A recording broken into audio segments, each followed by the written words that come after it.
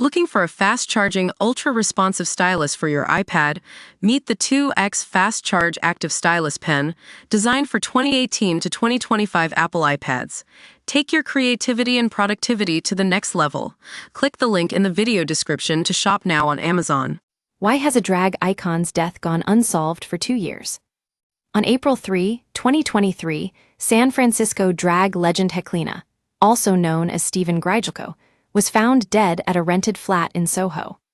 She was in London preparing for a run of shows at the Soho Theatre with her good friend and fellow drag queen, Peaches Christ, Joshua Granell, who was the one who discovered her body. 2 years on, a police investigation is still ongoing, and there is no official cause of death, but it's believed drugs may have been involved. Then, in January this year, the Metropolitan Police released CCTV footage of 3 men who were at the flat in the early hours of the morning Heklina died. "We need to establish what happened," said DCI Dean Purvis, "and how Stephen was when they left." The big unanswered questions remain then: were people with Heklina when she died? Were they involved? Did they leave her to die? And the reason I'm writing this piece: why did the Met wait almost 2 years to release this vital footage? Was it media pressure around the case? To view this video, please enable JavaScript and consider upgrading to a web browser that supports HTML5. Video. Up next. In the 2 years since her death, I believe that the police have failed consistently. Peaches Christ and Nancy French, listed as next of kin, have been ignored and leads have not been properly investigated. The former tells me that police have had Heklina's phone and not accessed any data on it. So my assessment of the situation is that the police have failed Heklina on all fronts, and I believe that the implications are clear. If you're queer or gender nonconforming and your death is suspected drug-related, it's not worth looking further. I didn't know Heklina well, but I was a big fan from afar. With thousands of members from all over the world, our vibrant LGBTQ+ WhatsApp channel is a hub for all the latest news and important issues that face the LGBTQ+ community. Simply click on this link, select Join Chat, and you're in. Don't forget to turn on notifications. She was a San Francisco institution, a true force of nature. I remember seeing a David Bowie tribute at her club Oasis just as I was starting out in drag and being incredibly inspired by her. She went on to give me my first international booking at that same club 2 years before I was on RuPaul's Drag Race UK. Her death leaves a big hole in the drag and queer community, both in San Francisco and abroad. Ever since her passing, Peaches has continually expressed frustration at the pace of the investigation or lack of updates. To the point, Detective Chief Superintendent Christina Jessa stated last month, "We apologize and will be taking steps to correct this." But the ineptitude runs deeper than just this case.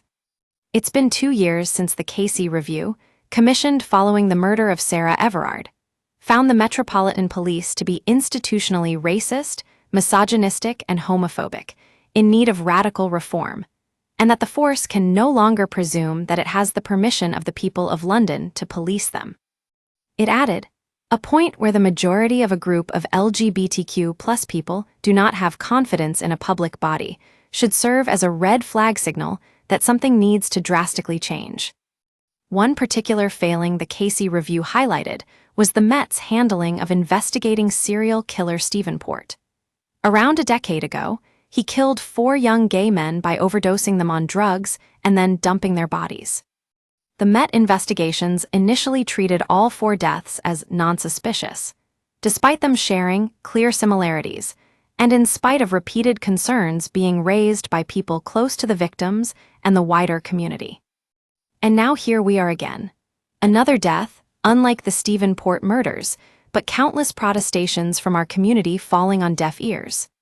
So I have to ask, how can a police force protect queer communities when it has been found to be institutionally homophobic? The Met's failures destroy trust, making it harder for LGBTQ+ people to seek protection or report crimes. Many fear secondary victimization, being dismissed, mocked, or ignored by the very institution meant to serve them. We've seen all of these issues plainly in the handling of the investigation in the 2 years since Heklina's death. In a world where anti-LGBTQ+ rhetoric is on the rise, our rights are being threatened, and hate speech is normalized. We need faith in our institutions to protect us. Old tropes like calling drag queens pedophiles have become all too commonplace. I am unfortunately well aware of this rise, and I was lucky enough to be able to fight back against this and win in the civil courts. What's clear to me is that, in the 2 years since Heklina's death, the only thing that seems to have spurred the police into action is public scrutiny. That means going to the media and shaming them into action. Thankfully, Heklina has friends willing to fight this battle. But this cannot be the path to justice because it paints a picture of a broken policing system. Who else has been forgotten? Who else has died, but without high-profile friends to champion them? So we have to protest. Not just for Heklina, but for all marginalized groups who have been let down by this system. Today, I helped organize a protest against institutional homophobia within the Metropolitan Police. Myself and many others gathered outside New Scotland Yard to demand justice for Heklina and for all impacted by police bias. There were drag artists from the UK and San Francisco speaking, alongside people from the nightlife industry, activists, and people with experience of police bias. It's clear to me that the only way we're going to get police movement in this case is to demand it publicly. These are our demands: release Heklina's coroner's report, including her cause of death, offer a full apology to her family and friends for a failure to communicate and investigate fully, commence a full internal investigation of the case. Also update the public on the implementation of the Stephenport inquest recommendations, changing how they handle unexpected death investigations, introducing new training, changing internal policies, carrying out a review of deaths from GHB poisoning, and changing how they engage with the LGBTQ+ community. At the end of the day, reform is not optional, it is urgent. How much more will it take for the Metropolitan Police to finally change? Heklina's family and friends are still waiting for answers. It's an injustice they haven't received them yet. Detective Chief Superintendent Christina Jessa, who leads policing in the local area, told Metro, "We know that many feel deep distress following Stephen's death, and some feel frustration with the pace of the police investigation. We are also aware of the concerns of Stephen's next of kin and have apologized to them directly. A full review of the investigation is ongoing to establish any missed opportunities. We continue to examine all lines of inquiry in relation to Stephen's death and remain steadfast in our determination to establish the facts." Do you have a story you'd like to share? Get in touch by emailing James Bisanval at Metro, Co. UK. Share your views in the comments below. Era. More, tackling violence against women means standing with trans people too. Era.